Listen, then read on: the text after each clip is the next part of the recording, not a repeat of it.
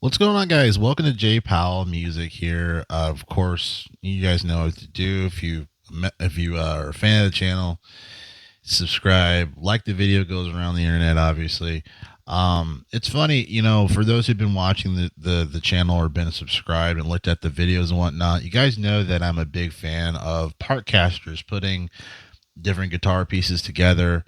There's a really neat personalization there. I wouldn't say it's necessarily cost effective, depending on what type of Partcaster that you put together. But there's also you really get to know the guts of your instrument. It's funny because some of the greatest players, they're not very tech savvy. I would say most of them, arguably. It's just they know what they know the fucking guitar, and that's really the biggest thing, right? But I always found an interest as far as really just breaking down, the pieces and everything. And what I've come to realize, I've been maybe doing Partcaster stuff for about maybe 2, 3 years now. And one mistake I've made, I think, is kind of take really great pieces that you have. So when I say pieces, I mean like really high end tuners, some high end pickups, bridge, etc., and kind of spread them across other Partcasters, maybe for a sense to try to sell them more. But then I just kept realizing, I would have a Partcaster where I really liked these pickups, but then the tuners were weird because I put these tuners on this, and the other tuners that I like a lot are on another guitar, but I'm trying to sell that one. And then I kind of started getting remorse of just certain guitars that I would play and put together. And what I realize is that you kind of have to, when you're building a Partcaster, first make the guitar for yourself that you want and soup that sucker up. Put everything into that guitar that you really want. I think the first reason why I started to make Partcaster guitars is just how can I make the cheapest, great sounding guitar there is, right? Just where it's cheap, it's playable, it's got some really good pieces in there, and I can sell it.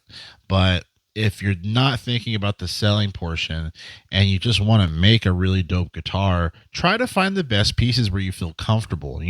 When going into, say, a guitar shop where you're able to play these instruments that are like, man, this feels great.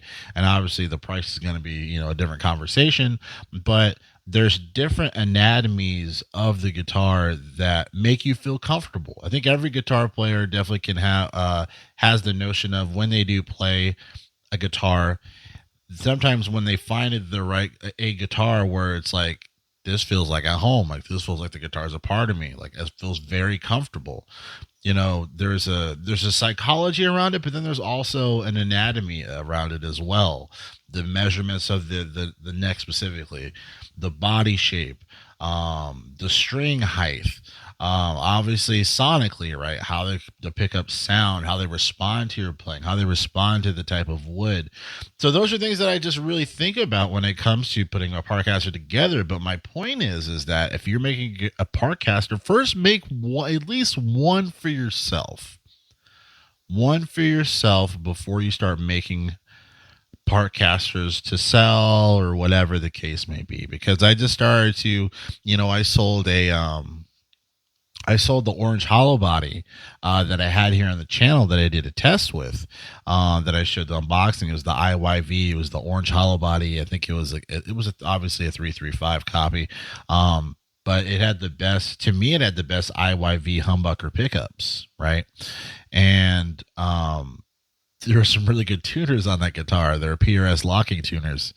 And kind of wish I still had them. Not the guitar necessarily, but the locking tuners. But that was that was kind of one of the big features of how that guitar sold.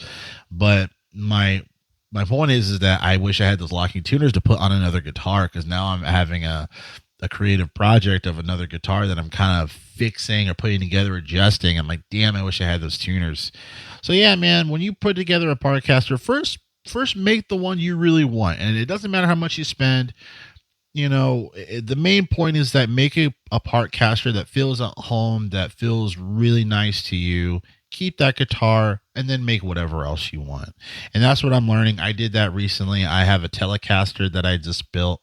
I'll probably make some shorts and put them on there. I've had this Telecaster piece for a bit. It's a Squire Telecaster. It's a limited edition blue one that they don't. It seems like they don't have it in stores anymore. But I've always kept the body of that and put various necks on there.